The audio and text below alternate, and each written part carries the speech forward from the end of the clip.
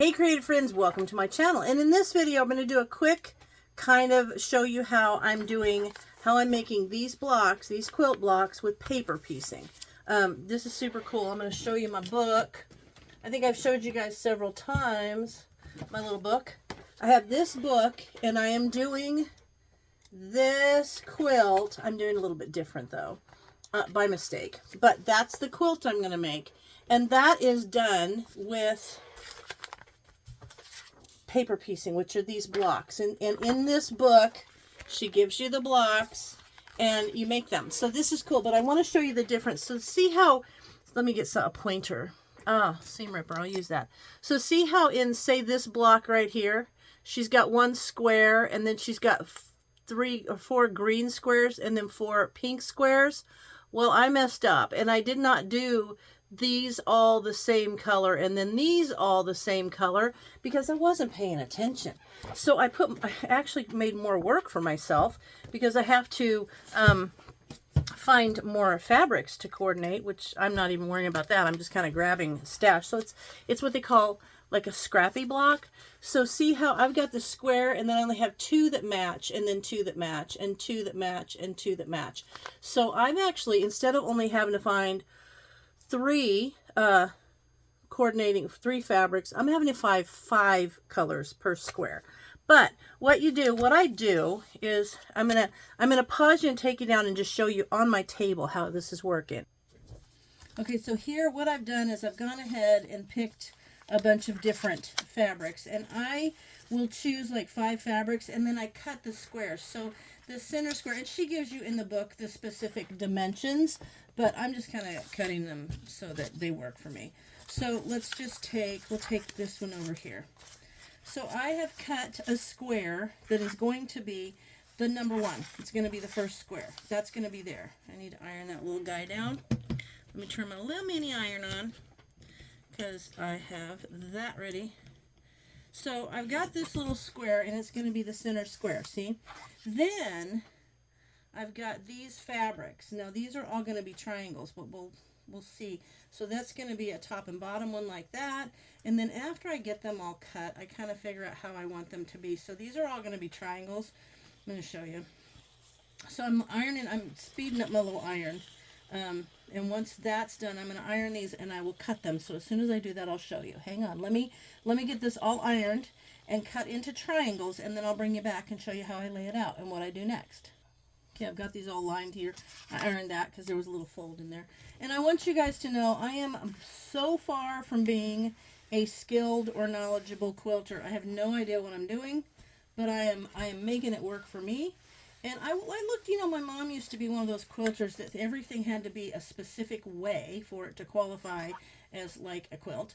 But I've watched so many that say, you do your quilt the way you want to do, and that's the way I kind of do everything. So that's the way I'm doing this. So I'm going to kind of fold these halves into little triangles. And if you are a good quilter or like one of those amazing quilters, don't come after me, because I know we all have to start somewhere and I'm kind of doing my thing. So anyway, so here I have all my little triangles. There's my triangles. And the only thing I have so many little scraps that do and don't coordinate that I'll pick one piece. I just kind of am grabbing in my bag, but I'm picking one piece that I want to be the square. And then basically I'm picking some that the colors sort of coordinate, sort of, maybe not totally. And I'm just picking those to be my my triangles. Okay, so now what I'm going to do is I'm going to put this here. And I'm going to decide how I want my other triangles. So I think what I'm going to do, I'm going to lay this out. So I kind of like that and that. And then maybe I'll put this. Nope, I don't like that there. I'm going to want this here. I think I like that one better. So see, I'm just kind of figuring, I'm kind of getting an eyeball. And then these will go kind of across there opposite. And then this one will go on there.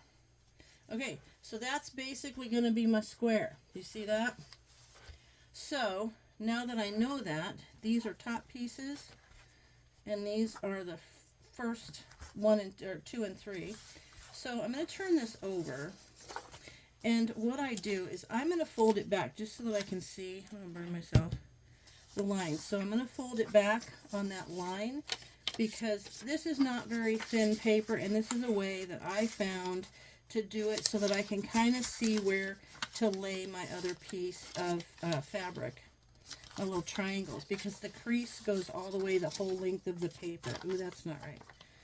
I was trying to draw them like with a ruler to draw them out, and that just took a whole lot more work than this.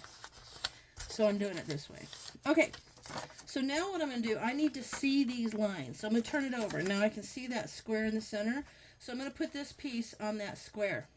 Okay, and now I can see this line that I folded. So I know that that's the edge of that square block. So my piece, because I'm going to sew on that line, because I'm going to sew on this line, so I know it's that line. I hope you guys can see. So I want to make sure that my little triangle is somewhat above that fold line so that I can stitch on that line and catch it. And if I really want to see, I can look up at the light. I don't know if you can see in there, and I can see the dark edge where that line is. So let's see if you guys can see. You can't really. But, oh, let me try my little light. I don't know where my little light is, right? I'd try it for you. But anyway, when I hold this up, I can see that those things, if I stitch on that line, it's going to be fine. Now, I'm going to pin that so that guy stays where it's supposed to stay. Okay. And now I'm going to fold this one up, and I can see this line. I don't know if you can see it. I'll put a little line here so you can see what I'm talking about. So right here is the continuing line that I folded, which is the continuing line from where I'm sewing. So see how that line is? So this has to go above that. Oh, I want it right sides together, because that way it will work better. Otherwise, when it folds out, it's not going to be right. Right sides together. Okay.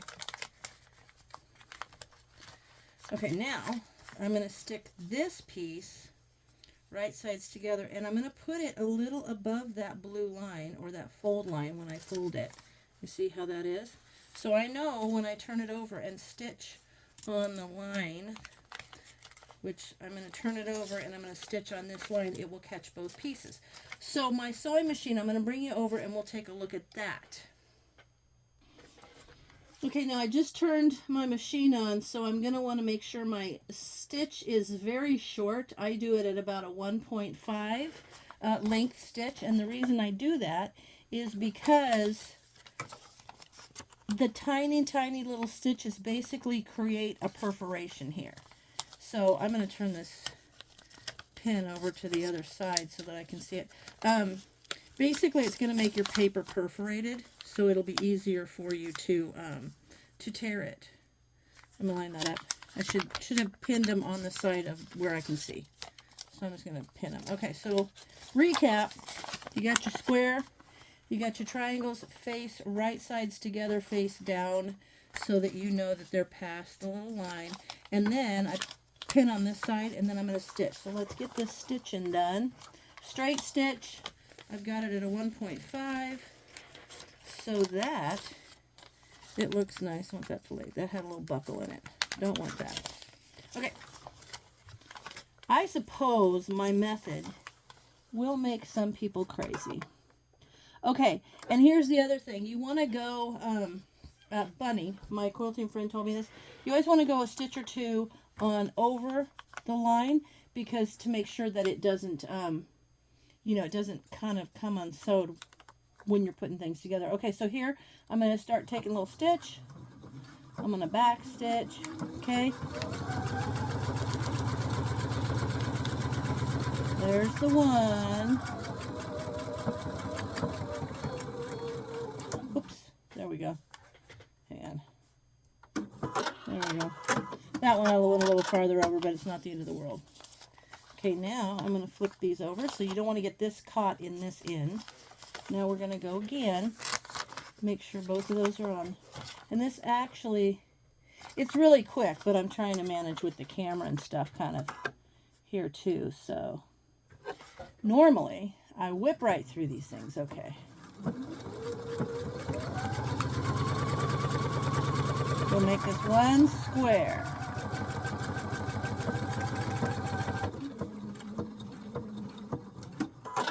Okay. All right, that's that. And now I'm going to take these pins out, and I'll show you. We're going to come over here, and I'm going to iron it flat. All right, now, there we go. And so I'm going to fold these out. Now, my friend Bunny, people do this thing called finger pressing. I don't do that. I don't like it. I like a good crisp fold and press. So, and my friend Bunny told me about cutting the seam allowance. She's got a special ruler that does 1/4 of an inch, which is kind of cool. So what you do, you fold this back again, and then you're going to measure from this seam 1/4 of an inch. But I'm just going to trim it so that it's a little bit closer, get this extra bit off. But you're going to want to go back and measure from that seam like with a little ruler, 1/4 of an inch, and cut that off. Otherwise, she was saying you have too much bulk. So let me do this. I'm going to trim these. I'm going to bring you along making this whole little quilt block. So you'll see paper piecing is actually cool because all your little squares match up perfectly. All right, I've got my little line so I can see my little line, and I can actually snip these off so that I can see my line, which is fine. Probably doing it completely bad, but this is working for me. I'm going to click that. Good thing this isn't Canon, because I'd never get anywhere because there's so much. I'm not a rule follower when it comes to quilting. So now I've trimmed that to 1/4 of an inch there, so I know that we're good. So I can put this here and pin it. I'm going to pin it on the other side so that I can see it. Oops. There we go. Line it up. Flip it over. I could do this speedy. Maybe I'll do the next part speedy. But it's okay. Now, I'm going to pin that here. Okay, now you're going to come back over with me. All right, here we go. I'm going to line this up on the paper side. I dropped it. Fold these back. Make sure that these don't get caught in there. I had one catch, and it was a pain because I had to seam rip it out. Now, get in there. Do it again. So if you got a TV show on or a movie, like I have a little TV in my sewing room, so I can sit here and watch, you know, one of my favorite series or a movie and make a whole bunch of these in just an hour. So it hasn't really taken that long to make them, but I'm kind of excited. I'm actually thinking I'm going to put, because they're so colorful and there's so many patterns, I think for the sashing between the blocks and the border, I'm going to do like a dark gray. Okay. All right, so that's done. Let's go over and get the final part. Okay, so I'm going to take my pins out. And now I'm going to fold this and do that little trim. That actually looks pretty good. This one needs a little trim. So I'm just going to trim up there what I visualize that 1/4 of an inch, because the closer the better, according to my friend Bunny. And then I'm going to do this one. That one's pretty good. So now I'm going to iron these out. And it's surprising to me, once you get the fabric pieces together, well, piece of thread, how cool it looks. Like, it really does look cool. Now this one, because I'm putting the pieces on these angles, I'm going to go in and cut those angles. And this is where it looks really weird. So I'm going to come back here on these triangle bits, and I'm going to cut, see all that? I should get a ruler and cut 1/4 of an inch from this paper right out there, but I'm just going to eyeball it. Looks good. I will go back and clean it all up, but this is just how I get these made. And then what I'll do is I'll sit here with a ruler, put a movie on, and make sure all the seams are 1/4 of an inch. Okay, there's that. And I'm going to do this one.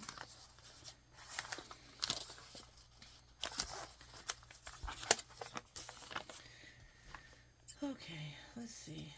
I'm going to trim that. Ultimately, I'm doing it the right way, but I'm just probably going around it a not right way. Okay, so see, there's the center square. Now I'm going to put this one on, and I'm going to put that face down, because see, I trimmed that already, so I know.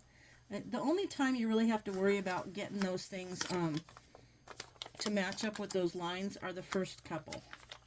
You know, to match up with like where I drew that line. And then the rest of them just fall right into place. Okay. And see, the corners are so perfect. All right, there's that. So let's go sew it. Okay, here we are again. Make sure that's... And I admire people that are amazing quilt makers. Like my mom was an amazing quilt maker. I have some of her wall hangings and things. I have a bedroom downstairs that is entirely decorated in quilts, which I'm really proud of, because actually I have one that my grandma, her and her sisters made when they were all young girls. And it's called a Texas Star quilt, I think, and it's king sized, which is huge, but it's amazing.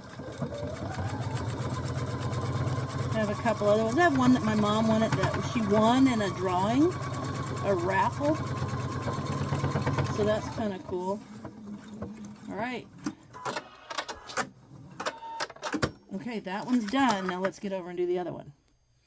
I have a new, it's not a tripod, it actually hangs over, so I'm hoping that it doesn't vibrate so much when I'm doing sewing, because I noticed when I had my regular old tripod, it was really shaking my camera, so I'm hoping that this helps.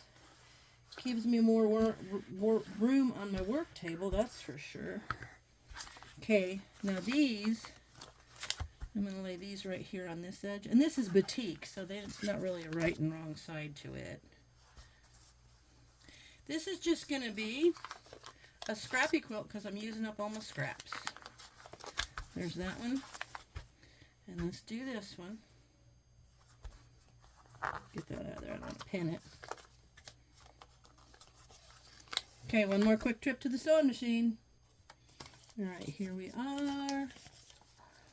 Going here. Whew. There we go.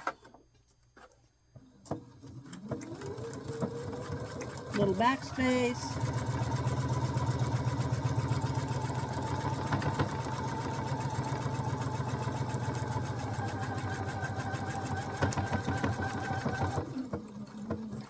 Okay.